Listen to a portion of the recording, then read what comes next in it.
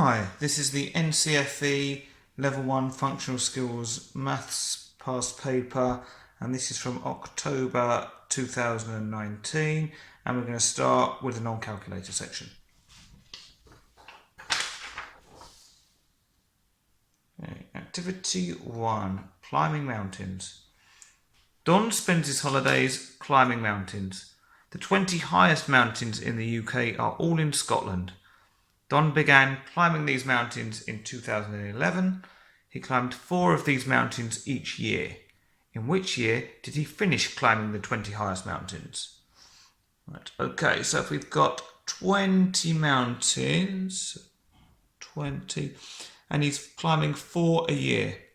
So 20 divided by 4, so find out how many years it's going to take him. Well, let's do our 4 times table. 4, 8, 12, 16, 20. So that's 5 years. So if he starts in 2011, so in 2011 he would have climbed 4. By the time he's got to 2012, he would have climbed 8 in total. 2013, he'll be up to 12. 2014, he'll be up to 16. So 2015, he would have climbed all 20. So we can put 2015 in here.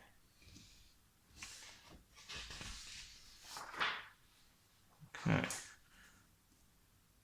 Question 1b. Don lives in London. He wants to travel to Fort William in Scotland. Don finds this information about travel times. So we've got travel times between London and Fort William. We've got the night bus that takes 14 hours and 11 minutes. You can drive, which takes 8 hours and 42 minutes, or you can fly in 6 hours and 31 minutes. How much longer does it take to travel by the night bus than to fly? So we're only interested in the night bus or flying, so we can ignore the driving. Okay. So really we're looking at the difference in time of these two. Okay. Now with time, rather than taking away, it's often easier to start from the earlier time and add on until we get up to the later time. So if we start with 6 hours and 31 minutes, well, first of all, let's try and get it up to a whole number of hours. So let's take it up to 7 hours and 0 minutes. Well, to get from 31 minutes up to 0, well, there's 60 minutes in an hour. So 60 minus 31 is 29. So we're adding on 29 minutes there. Now, we want to get up to 14 hours and 11 minutes. So to get up to 14 hours and 0 minutes, well, we're adding on 7 hours. So 7 hours. Okay, now we need to get from 14 hours and 0 minutes up to 14 hours and 11 minutes. So that's going to be from 14 hours and 11 minutes. Here to here, we're adding on an extra 11 minutes. So in total, we've added on 7 hours and 29 plus 11 minutes. So the 9 and the 1 is 10 plus 20 plus another 10 gives us 40 minutes. Okay, different ways you can do it. You could convert them all to minutes. Take one away from the other and then convert it back to hours and minutes. This is probably a bit more straightforward. We've only got 1 mark, so we don't want to spend too much time on this question.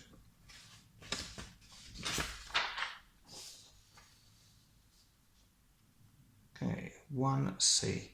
The cost of a return train ticket from London to Fort William is £176. Don sees an offer which gives him a 15% discount.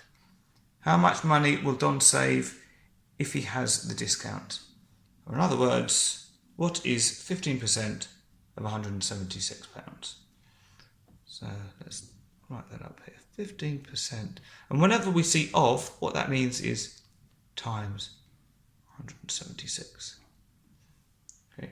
Now, if you wanted, you could do it the traditional way, 15%. You could say, well, that's 15 out of 100 times 176, and do it that way. What I'm going to do is a bit of a shortcut. So I'm going to say, well, first of all, let's work out what 10% would be. Well, I know with 10%, it's like dividing by 10. So we're just going to move the decimal point one place. So 10% would be £17.60. So just move the decimal point one place, and we've got to put a zero on the end because it's money. So £17.6 wouldn't make sense, but £17.60 does. So if we want 5%, well, it's going to be half of this. You might be able to do it yourself and work out, say, well, half of 17 would be 8.5 or £8.50, and half of 60 would be 30p. So you'd end up with £8.80. If that's a bit of a step too far, what we can do, if we want half of £17.60, well, that's the same as saying £17.60 divided by 2. So 2 into 1 doesn't go. 2 into 17, 2, 4, 6, 8, 10, 12, 14, 16. So it goes 8 times, one remainder. So we put our decimal point up here. 2 into 16, well, we've already seen 2 into 16 goes 8 times. 2 into 0 goes 0 times. So either way, we're going to get the £8.80. So if 10% is £17.60, 5% is £8.80, we need to add them up to get 15%. Look, if I do it here as well, you'll see. We get 15%. 0 plus 0 is 0. 6 plus 8 is 14. 4 carry the 1. Bring the decimal point down. 7 and 8 is 15. Add the 1 is 16. Carry the 1. And 1 plus the 1 carried is 2. So we get £26.40. And we can write that in here.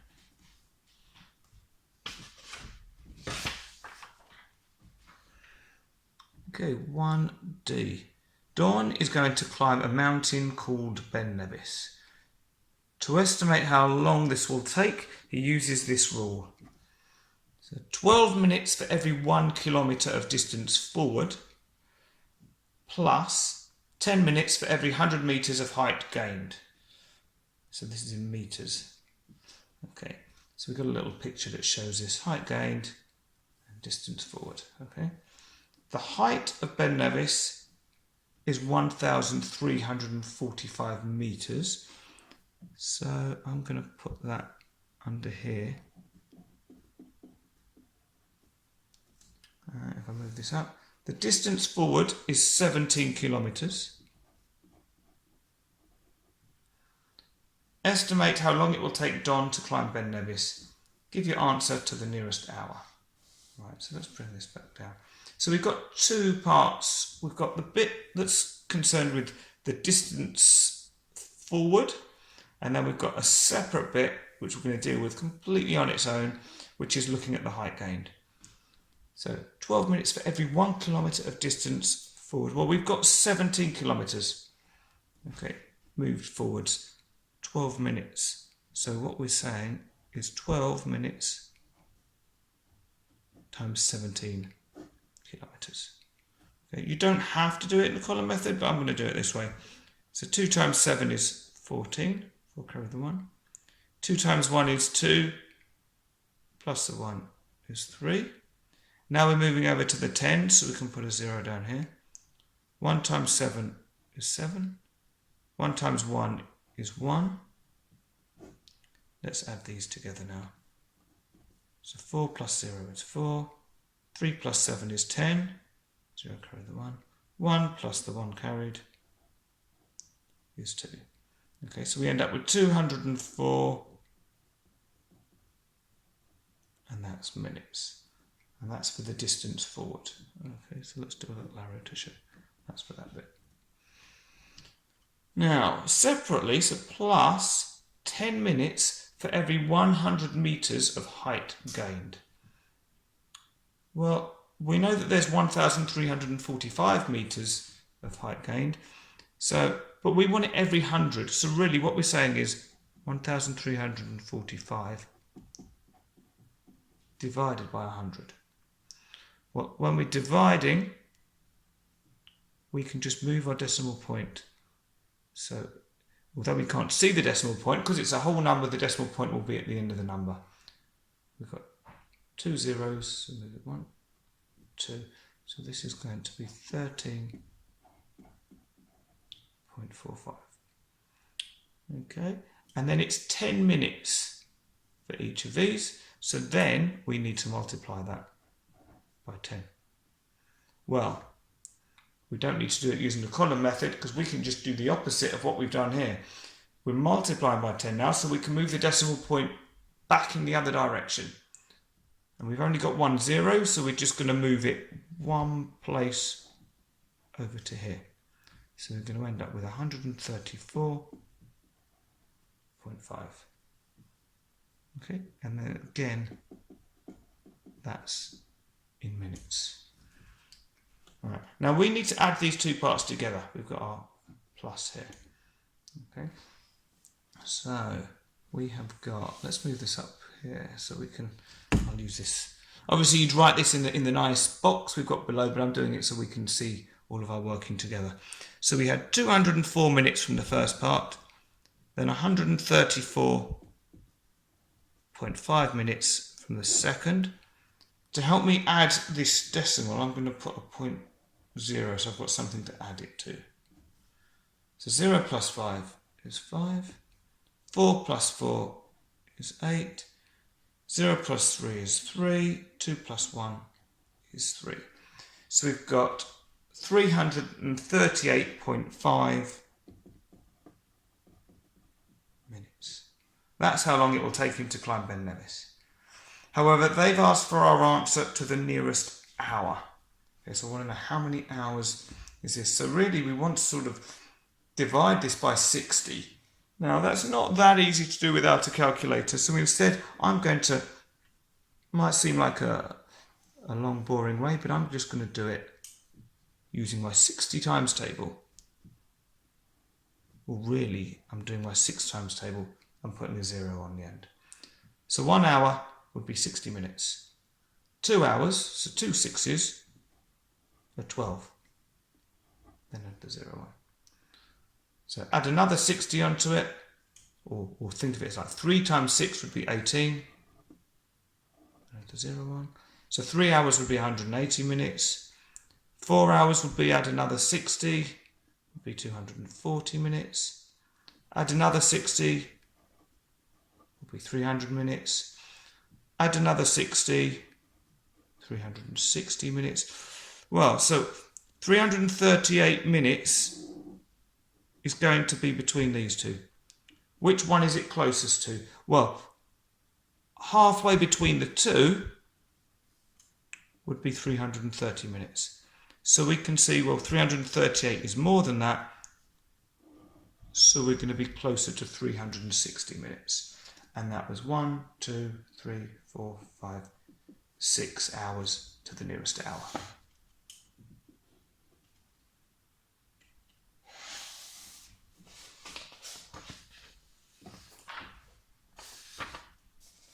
Okay, 1, part E. The time taken to come down a mountain depends on the angle of the slope. Estimate the angle of this slope and tick the correct statement. Okay, well, we've got 4 possible answers here, but even before I look at these, I'm going to just think, what's my estimate? What do I think it might be before I look at those options? Well, I know that if I had a vertical line here, then I know that that would be a right angle which would be 90 degrees. So my angle here looks like it's probably a bit under half of a right angle. So my guess would be it would be approximately 40 degrees, something like that. So now let's have a look at our options and see which ones fit that. So the angle is less than 5 degrees. No, definitely not. 5 degrees would be a line almost touching this one here. So no, not that one. The angle is between 5 degrees and 12 degrees. Well, even 12 degrees, if we're thinking this is 90 degrees, so halfway 45, so 12 would be still not very high, so don't like that one. The angle is more than 12 degrees, but less than 90 degrees. That sounds sensible to me. It's definitely less than 90 degrees, we know that. And we've said more than 12, so that's looking likely to me. But let's just check the last one. The angle is more than 90 degrees. Well, no. To be more than 90, we'd need an angle that's sort of something like that, something more than a right angle. Okay, so I'm happy with this one here. Question 1F. When Don arrives in Fort William, the temperature at the bottom of Ben Nevis is 3 degrees. The temperature at the top of Ben Nevis is -6 degrees. Calculate the difference in temperature between the top and bottom of Ben Nevis. Right, well, you can either do it thinking, well, the difference between two numbers is, it's a bit like working out the range. You want the max or the biggest number, take away the min. In this case, the biggest number is 3, and we're taking away, and the smallest number is -6. So note we've got two minuses. One is the subtraction bit, and the other one is the negative from the number. So when we've got two minuses together, that becomes a plus. So we end up with 3 plus 6. 3 plus 6 is 9 degrees. Now, we could also do it imagining we've got a thermometer. Let's say this is our 0 degrees. So 3 degrees would be somewhere here. -6 would be somewhere down here. So we're looking at this full difference. Well, this section is going to be 3 degrees from 0 to 3 or 3 to 0, depending on which way you want to look at it. And this section down here, from 0 to -6, is going to be 6. So you can see, even though we've got the minus there, really we're adding the 3 with the 6 to get 9 degrees. Pop that in there.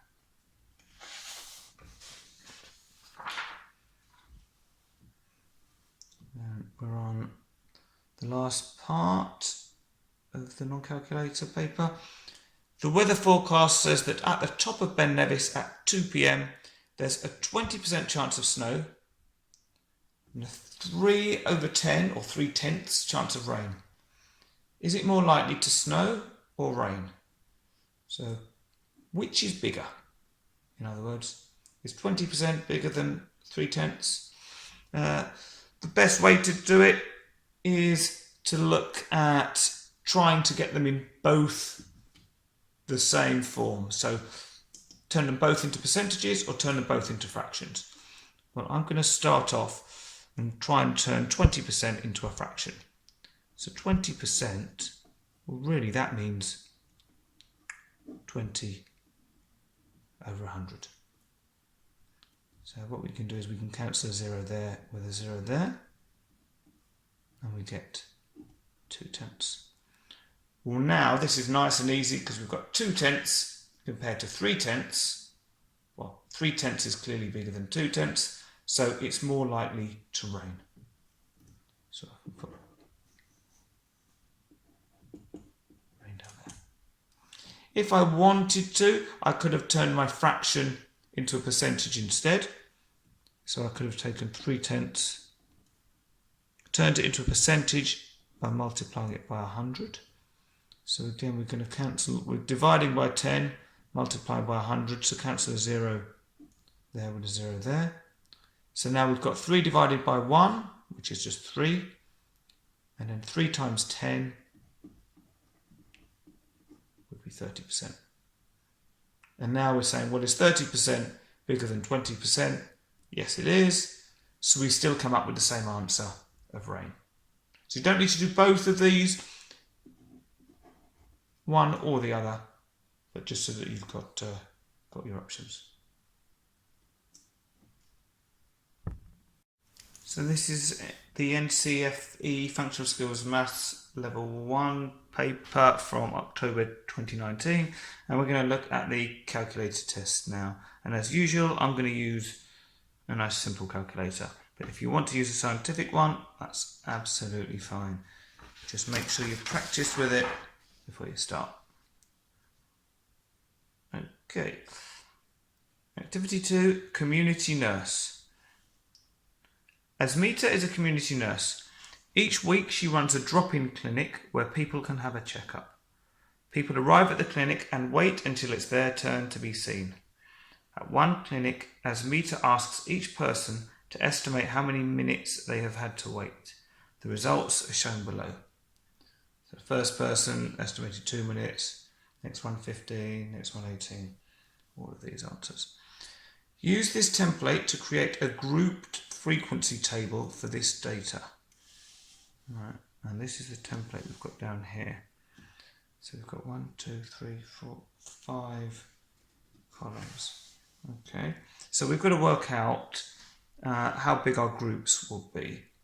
Okay, now, although we've got 2 columns, we've got 5 rows. So for the first one, we're going to have a heading for group, or sort of range. Okay, and then over here we're going to have frequency, or how many we've got. So to decide how big our groups are going to be, we want to look at what the range is of the different times. So let's see, so the smallest time we've got, I think, is 2. Let's have a look, anything smaller than 2. No, so 2's the smallest. And what's the biggest number we've got? We've got 37. Anything bigger than 37? No, so we're going from 2 up to 37. And because I've used this for our headings, we've got 1, 2, 3, 4 rows to use. So how can we split this information into 4 rows? Well, let's do it in tens. Okay, so we can say first group would be 0 to 10, the next one 11 to 20, 21 to 30, and then 31 to 40. Okay, and that means we've got a space for all of our values. So first of all, let's see the 0 to 10. So you could do it as a tally chart. I'm just going to look at the 0 to 10s and see how many fit into that category. So we've got 1, 2, 3, 4, 5, 6, 7, 8. 8 values which are between 0 and 10. So now how many are between 11 and 20? Well, we've got 1, 2, 3, 4, 5, 6, 7, 8, 9. Okay, so how many have we got between 21 and 30?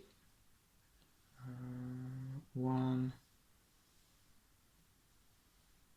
2, only 2. And how many between 31 and 40? Well, we've got 1, 2, 3, 4, 5. So it's always good to check how many values we've got here and compare them to how many we started with. So if we add them together, I'm going to do it the easy way. So 2 plus 8 is 10, add 9 is 19, add 5, we've got 24 in total. And we could count these all up, or we could say, well, we've got 1, 2, 3, 4, 5, 6, 7, 8 across. 1, 2, 3 down. 3 times 8 is 24. So I agree with my total. Okay. And that's all we need to do for that one. Let's just show you that there.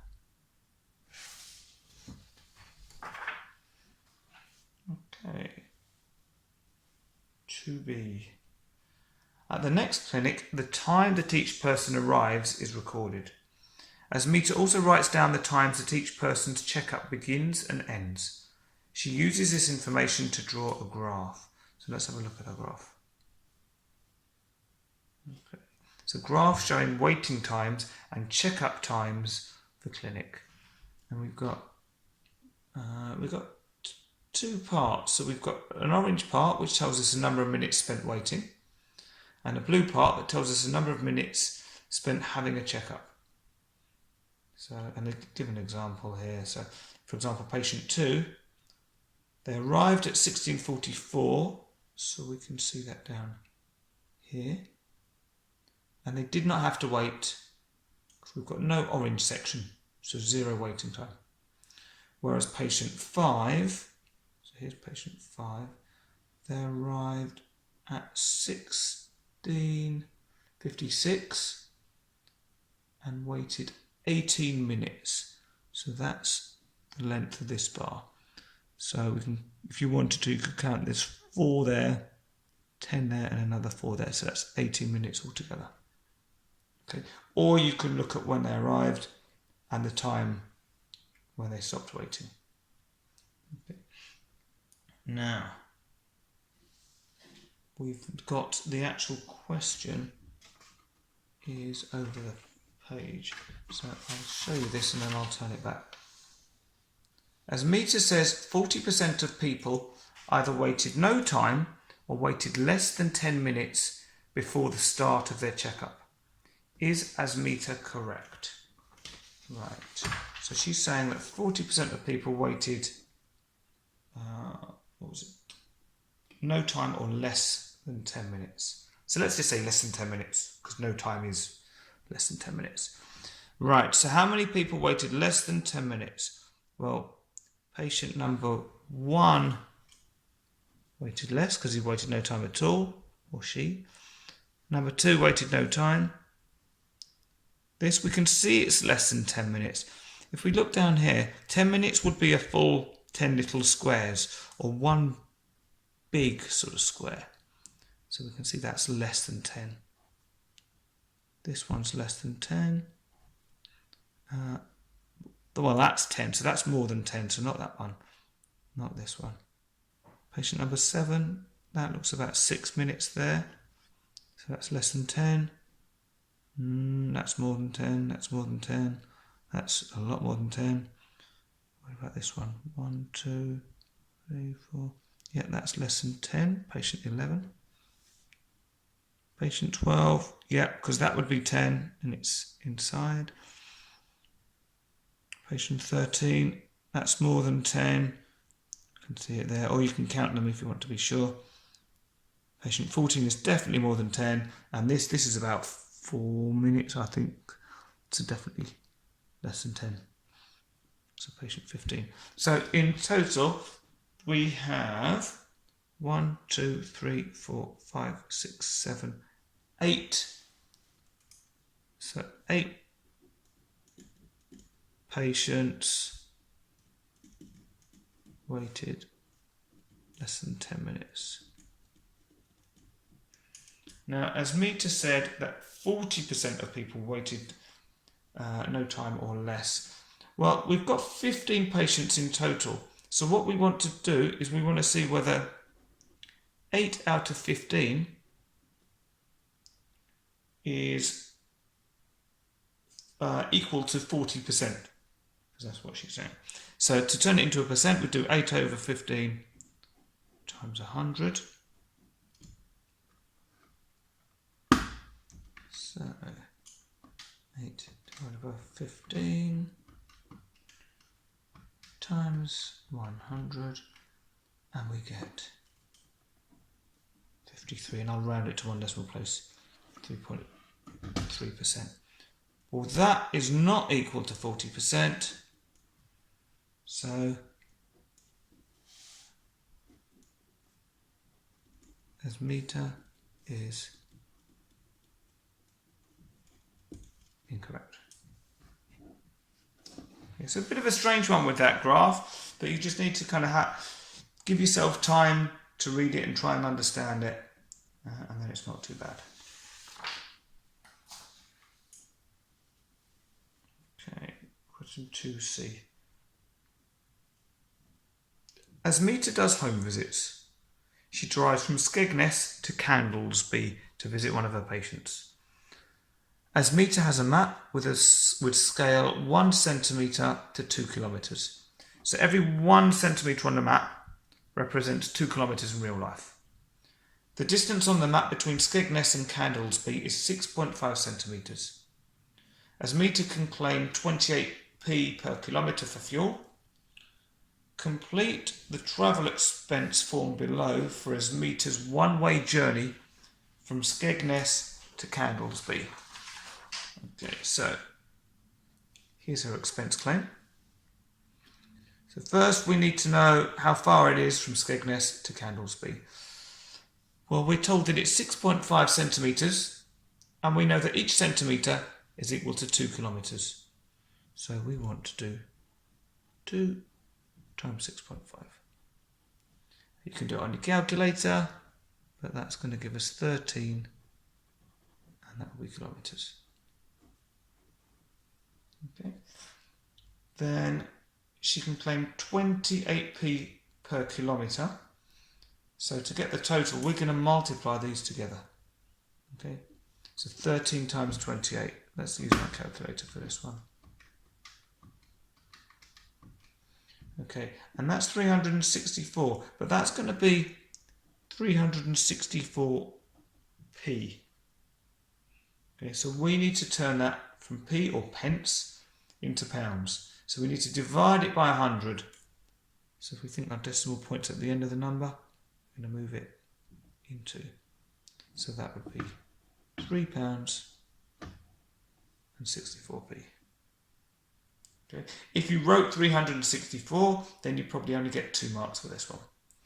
You need to have it as 3.64 to get it in terms of pounds.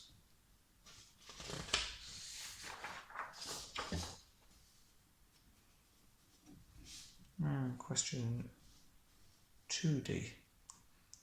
As Meta parks her car on the road in Candlesby, the car is facing northwest. So let's draw a little compass. So we've always got north pointing up, south at the bottom, east and west, or the classic way of remembering, north, never eat shredded wheat. Okay, so she's facing northwest, so that means she's going to be pointing, I should use my ruler really.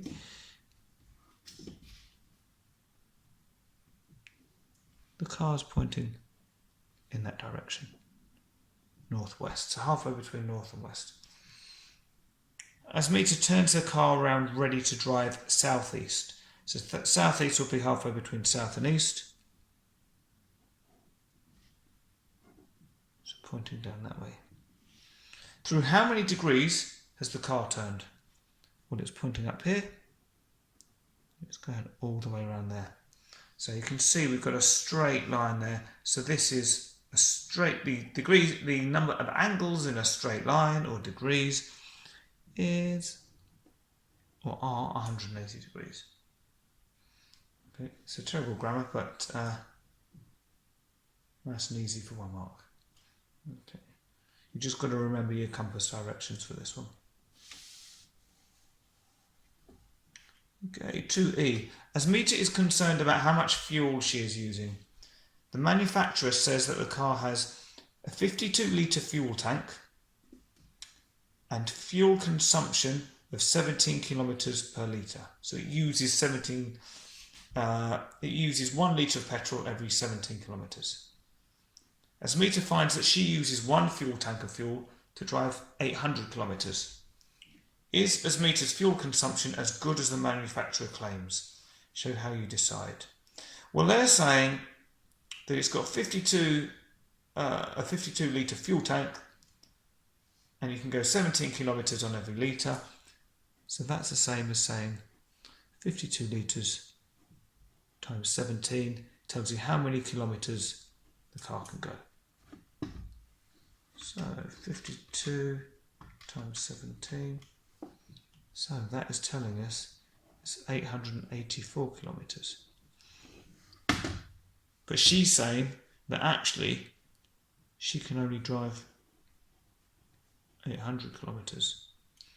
So is the fuel consumption as good as the manufacturer claims? No. Okay. Because it's smaller than what they say you can do.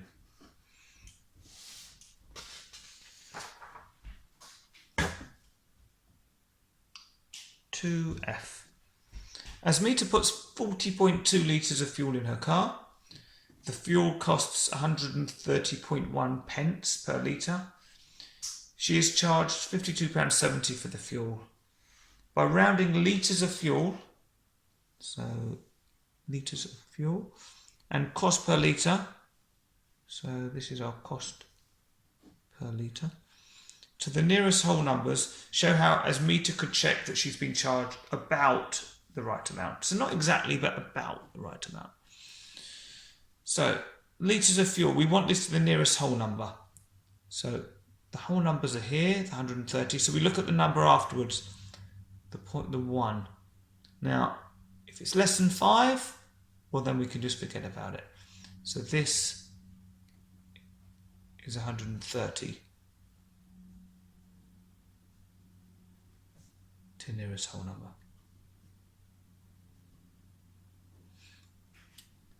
And the cost per litre, oh sorry, I've done the cost per litre, haven't I? The litres of fuel, the 40.2, well again, this is the whole number, the 40 bit. The 2 is less than 5, so again we're going to just get rid of the 0.2 and keep that as 40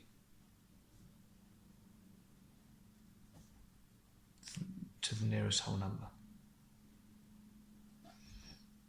Right, so to work out the cost, we're going to multiply the number of litres by the cost per litre. So 40 times 130. Well, let's ignore the zeros to start with. So we'll just say 4 times 13. Well, let's do it like this. 4 times 3 is 12. 4 times 1 is 4, and the 1 is 5. So we get 52, and then put the 2 zeros back on. But that was in pence. Now, they've given their the charge in pounds. So to turn it into pounds, we need to divide by 100, because there's 100 pence in every pound. So again, our imaginary decimal point here, we'll move it 2 places, and we're going to get £52. We want to know that she's been charged about the right amount. So is £52.70 about £52? Yes. Yeah. Or we can say put £52. It's not totally clear exactly what answer they want you in here, but I would put these two.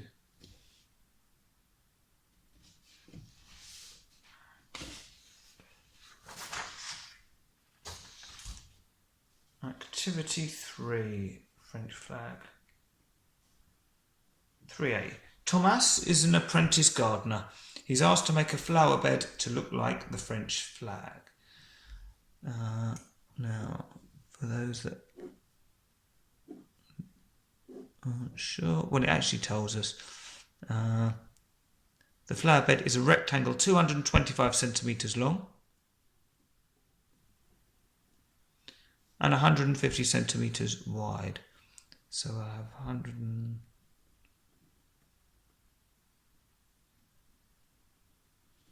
Okay. And if you know the French flag, it's split into 3 equal sections like that. Thomas is going to put paving around the perimeter of the flower bed. Calculate the perimeter of the flower bed in metres. Well, it's going to be 225 centimetres plus another 225 centimetres plus 150 centimetres and then plus another 150 centimetres. Okay, so I can do this on the calculator, but we should end up with 750. Now that's centimetres. They want the answer in metres. Well, there are 100 centimetres in 1 metre. So we need to divide this by 100. So as we keep doing, well, you can do this on your calculator, but our decimal points there, we're going to move it 2 places. So we're going to get 7.5 metres. Part 3b. Draw in all the lines of symmetry on the flower bed. Okay, so a line of symmetry is a straight line which chops a shape or a picture into equal halves, but in terms of reflection. Okay, so the easiest one on this is, hopefully we can see that if we cut it there, we would have an exact copy both sides. In fact, what I should have done really was measure this and draw it. So 8 centimetres. Okay, so I probably should have done it slightly over here, at 4 centimetres. Right, now we can also find a line of symmetry in this way. So if you imagine that we cut it down the middle and folded it in here. So this time I'm going to measure. So we've got 5 centimetres down that way, so the middle would be 2.5. So let's do the same over here. And then we can draw our accurate line of symmetry this time. Put it down. Okay. Now you might be thinking, what about the diagonal? Well, in terms of the area, they would be equal in area, but if you folded it, or if you had like a mirror there, it wouldn't make the same shape, because this corner would end up down here. It wouldn't be matching with that one there. Oh, let's move our fingers up. So this corner would fold over to down here. We need it that when it's folded up, it matches perfectly. So we've only got 2 lines of symmetry for this flower bed. Right, now we've got our French flag. Thomas will use red, white and blue flowers to make the flower bed look like the French flag. The flower bed is 225 centimetres by 150 centimetres rectangle, which is what we saw before. The three stripes need to be of equal width. So again, I'm just going to draw my measurements on here. 225 centimetres.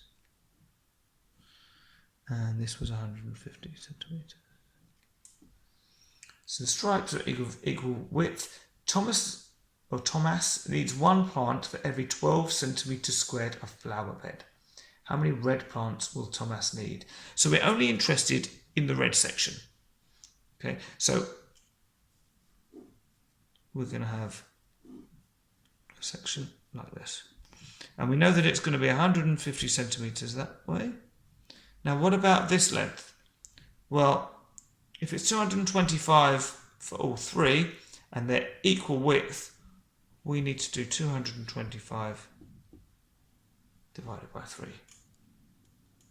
And we can do this with our calculator, or if you can do it in your head, that's great. We should get 75 centimetres. Okay. So he needs 1 plant for every 12 centimetres squared. So let's work out what the area is. And the area of a rectangle is length times width. So it doesn't matter which one you use as length or width. So let's say 75 times 150.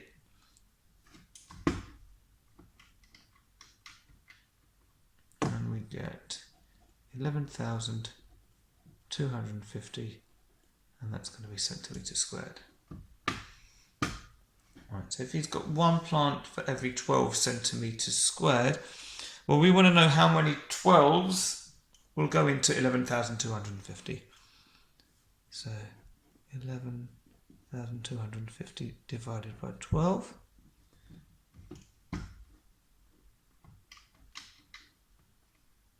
And we get 937.5.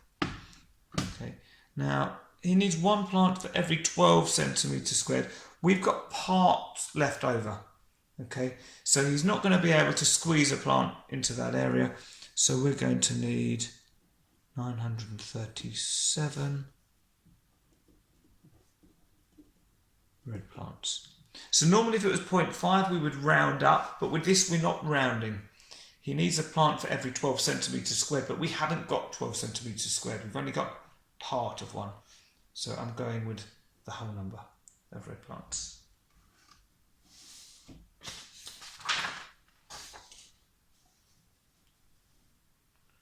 (3D). Thomas's manager is ordering plants for a different project. The table shows the costs per tray for different colours. So for blue, they cost £42.98 a tray. For red flowers, £31.56. For white, £33.98. For yellow, £42.99. For a pink tray, £35.75. And a tray of purple flowers costs £28.50. Calculate the mean cost per tray. Well, to work out the mean, we need the total divided by the frequency, or how many. Okay, so for the total, I'm just going to add these all up on my calculator. So £42.98 plus £31.56 plus £33.98 plus £42.99 plus £35.75 plus £28.50. And we get £215.76. And how many have we got? Well, we've got 1, 2, 3, 4, 5, 6. And if we divide that by 6, we get £35.96. And if you want to do a sense check on this, which I would definitely recommend, you can say, well, the cheapest one is £28. The most expensive is £42.99. So we'd definitely expect our answer to be between these. And we've probably got, there's 2 in the 40s, a few in the 30s. So £35.96 seems sensible. It's sort of roughly halfway between the two.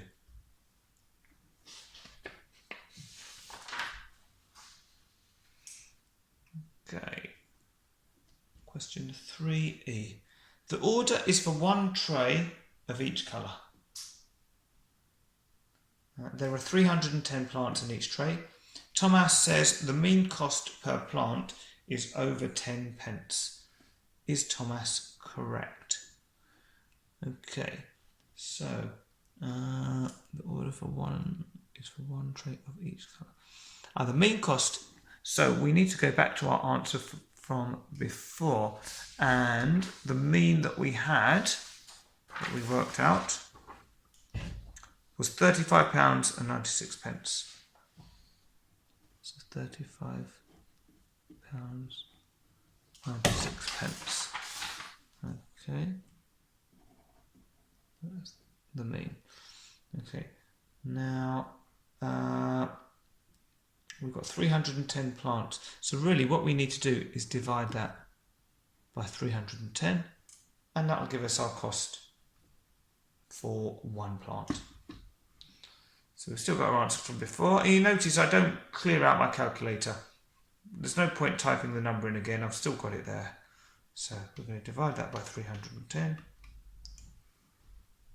And we're going to get 0.116. But we can't have 3 decimal places for money. We need to have just 2 decimal places for our pence. So the 6 is 5 or more, so this is going to round up to 0.12 pounds, which is 12p.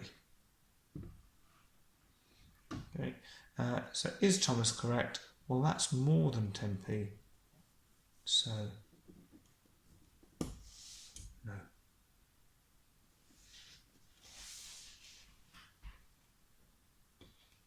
no. No, he's correct. That is more than 12p is more than 10p, so yes, which is why it's always worth checking your answers, because it's easy to rush and get the wrong thing. So yeah, the mean cost per plant is over 10 pence, so it doesn't need to be the same, it just needs to be more than 10, which it certainly is.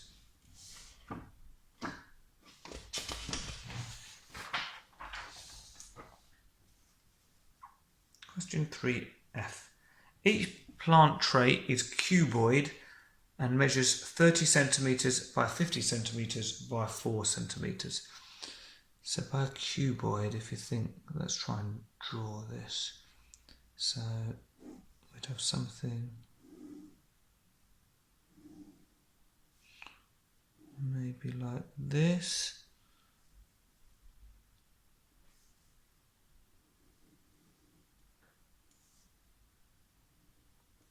And you could use a ruler, but this is a sketch just to help us work it out. So if you're happy doing it freehand, do it freehand.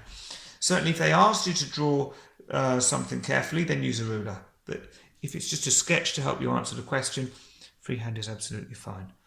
So our cuboid, so we've got 30 centimetres up this way, 50 centimetres that way, and then 4 centimetres there. So how many litres of compost would be required to fill one tray? And use the conversion that 1 centimetre cubed equals 1 millilitre. Right, so we want to work out the volume. So the volume, or V, is the length times the width times the height. So we're going to say the length is 30, the width is 50, and the height is 4. So we can use our calculator, or you can say 3 times 5 is 15, times 4 is 60, and then add the 2 zeros on. So we're going to get 6,000 centimetres, and it's going to be centimetres cubed because it's volume. Now they've told us that 1 centimetre cubed equals 1 millilitre. So we can say, well, this is the same as 6,000 millilitres. But they've said how many litres? Well, I know that 1 litre is 1,000 millilitres. So 6,000 millilitres is going to be 6 litres.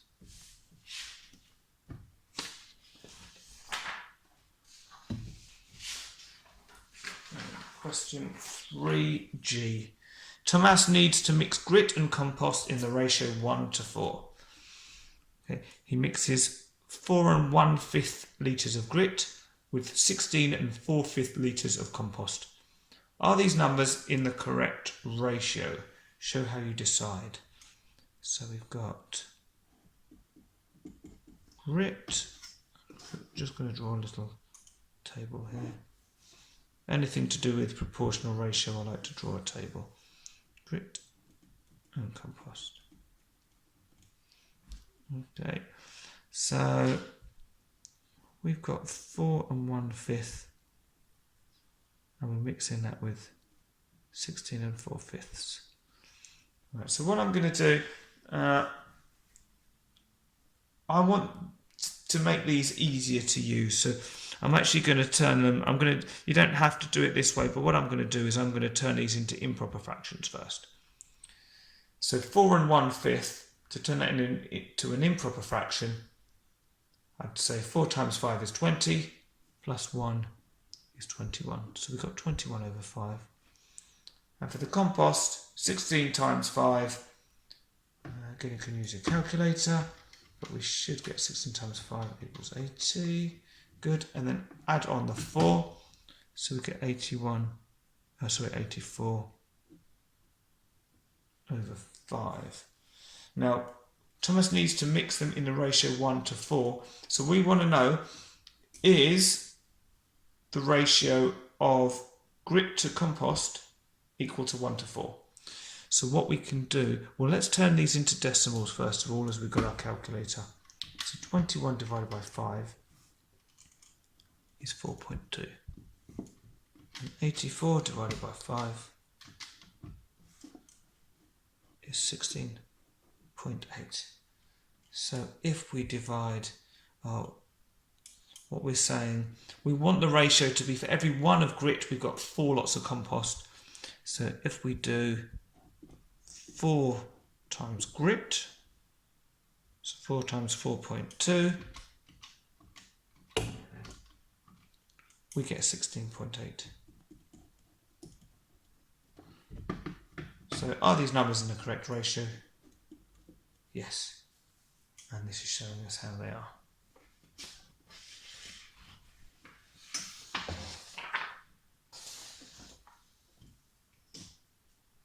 Okay.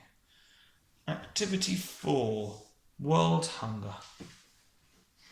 The world's population is about 7,726.5 million. About 1 in 9 people in the world experience extreme hunger. Use this information to estimate how many millions of people in the world experience extreme hunger. Give your answer to the nearest million. So usually when we see the word estimate, we think we've got to do some rounding.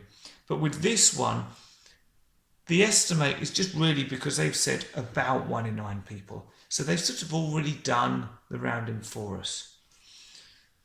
So 1 in every 9 experience extreme hunger.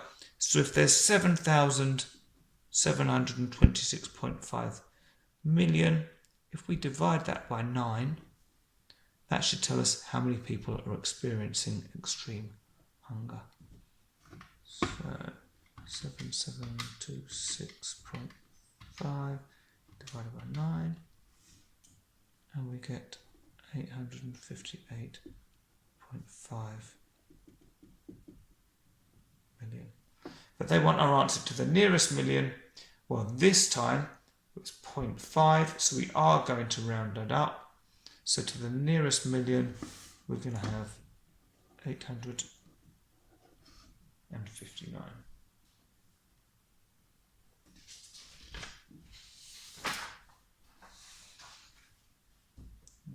Okay. 4b. When people are starving, aid organisations have to decide quickly who to help first. One method they use is to measure in millimetres the distance round each person's mid-upper arm. Okay, sort of like around your bicep, I suppose. These are the mid-upper arm measurements of 20 people. So, and these are all in millimetres. So 170 millimetres, 172 millimetres, 158 millimetres. What is the range of the measurements? So the range is calculated as the maximum, or the biggest number, minus the minimum. So we want to find the biggest number first. Well, let's find, so 170, that's bigger, 175 is bigger, 186, 190, anything bigger than 190? No. 190, and what's the smallest we've got? 158, 156, 154, 151, anything smaller than 151? No. Okay, so we can use our calculator, or you might be able to do this one in, yeah. And we should get 39, and let's put the units in. That's millimetres. Okay, 4C. What is the probability that one of these people chosen at random has a mid-upper arm measurement of less than 160 millimetres? Give your answer as a decimal.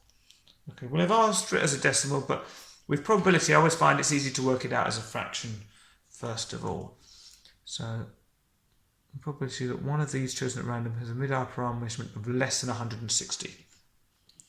Well, we've got 20 people altogether, so my fraction is going to have a denominator of 20. Now we want to have a look and see how many of these people have got a mid-upper arm measurement of less than 160. So we've got 1, 2, 3, 4, 5,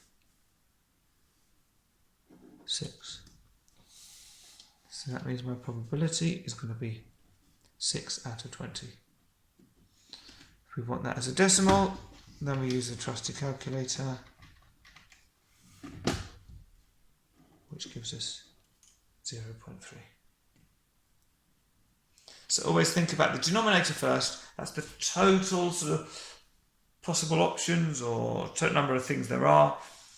And then the numerator is the ones that we're interested in. So these are just the people with an upper arm measurement of less than 160 millimeters.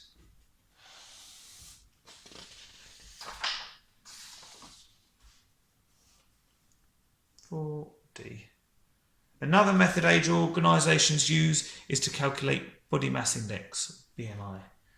To find the BMI, you calculate the height and you multiply it by the height. Oh, sorry, you calculate height times height. So height squared. Then you divide the weight by your answer to step 1. Okay. Height must be in meters and weight in kilograms. Calculate the BMI for a person who has a weight of 64 kilograms and a height of about 1.6 meters. So the first thing we had to do was calculate. So with these questions, you just do exactly what they say. You don't need any sort of prior knowledge or anything. Just follow the instructions. So step 1, calculate height times height, and it needs to be in meters. So we're going to say step 1, 1.6 times 1.6. Okay.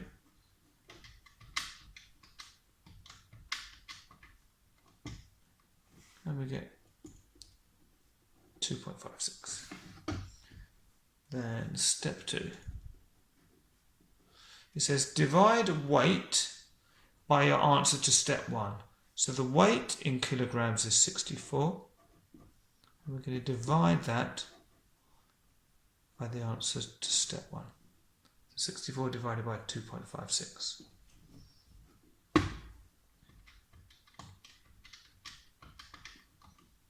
And we get a BMI of 25, which we can pop down here.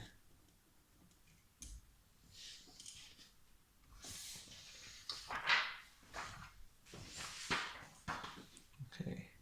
An AIDS charity finds that 20% of the people in village A are malnourished and 15% of the people in village B are malnourished. Village A has a population of 300. Village B has a population of 440. Which village has the higher number of people who are malnourished? So what we want to do is work out 20% of 300 and 15% of 440 and see which gives us the biggest number. Okay. So for 20%, we're going to do 20 divided by 100 and then multiply that by 300 to give us 60 people. If you want to turn it straight into a decimal, if you know that 15% is equal to 0.15, that's fine. Or as we did with the other one, you could do 15 divided by 100, but you'll get 0.15. Then we're going to multiply that by 440, which gives us 66. So the village with the higher number is village B. Okay, 4F. A newspaper reports that the UK wastes 1 million tonnes of food each year, which could be used to feed hungry people. Write 1 million in figures.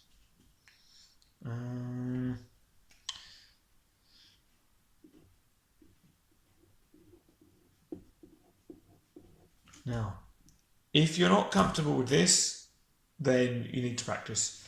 For a level 2 question, you can't get much more straightforward than this.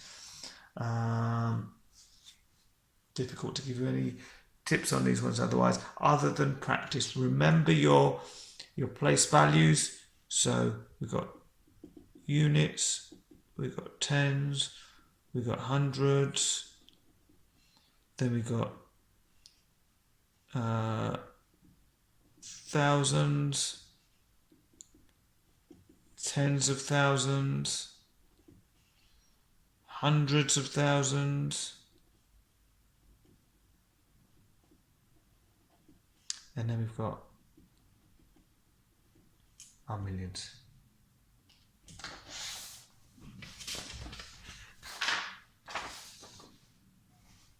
Question 4G. This information appeared on a website about food wastage. So who's wasting the most food?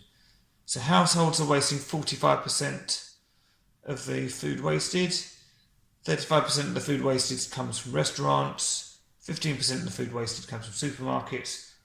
And 5% of the food wasted comes from other. Don't know if it's supposed to be factories or who knows what. What fraction of food wastage came from supermarkets? Give your answer in its lowest terms. Well, supermarkets was 15%. So 15%, well that means 15 out of 100. If we want it in its lowest terms, we've got to try and find some common factors. So what number goes into 15 and 100? Well, if a number ends in 5, then 5 is a factor of it. And if it ends in a 0, well then 10 must be a factor, which means that 5 is also a factor. So let's divide both of these by 5. So 15 divided by 5 is 3. Again, you can use your calculator. Or 100 divided by 5. Well, 10 divided by 5 is 2. Add a 0 is 20. Okay. But let's see. Feel free to use a calculator for these. We're dividing the 15 by the 5 and also the 100 by 5. Now, we can't get any smaller than that because the only factors of 3 are 1, which won't help in 3, and 3 is not a factor of 20. So we'll just leave that as 3 over 20. And our last question, I think. Use the information about food wastage given in 4G to complete the pie chart below. And here's our pie chart. Who's wasting the most food? Okay, so remember we had our information here. So what I'm going to do, I'm just going to write this up here. So household 45%.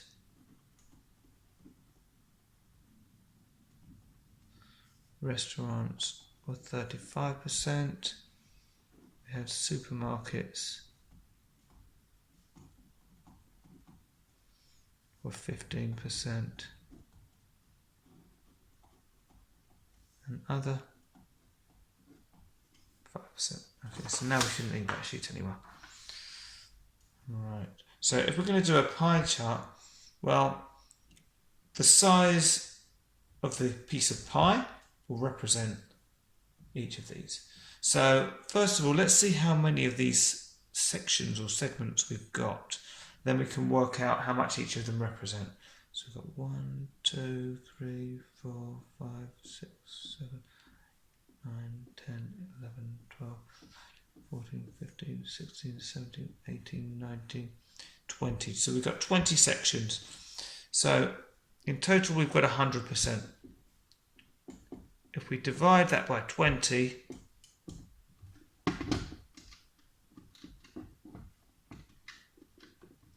well, that means that each of these sections must be 5%. Okay. And we know that because we saw that other is 5%, so that makes sense. So how many 5% are we going to need for households? Well, if it's 45%, we're going to do, where can I do this? Do this one up here. 45 divided by 5, 9. So we're going to need 9 sections for households. So 1, 2, 3, 4, 5, 6, 7, 8, 9. So if I get my ruler, draw that across. That's households. Restaurants, 35%. So 35 divided by 5. 5, 10, 15, 20, 25, 30, 35. So that's 7. So 1, 2, 3, 4, 7.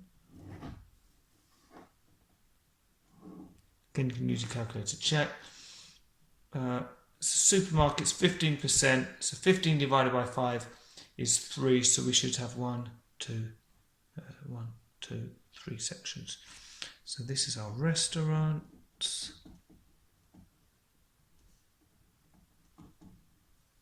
And this is our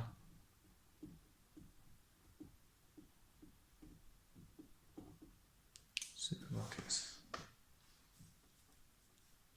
And that's our pie chart completed. Okay, so that's the end of the paper. Hope you found that helpful.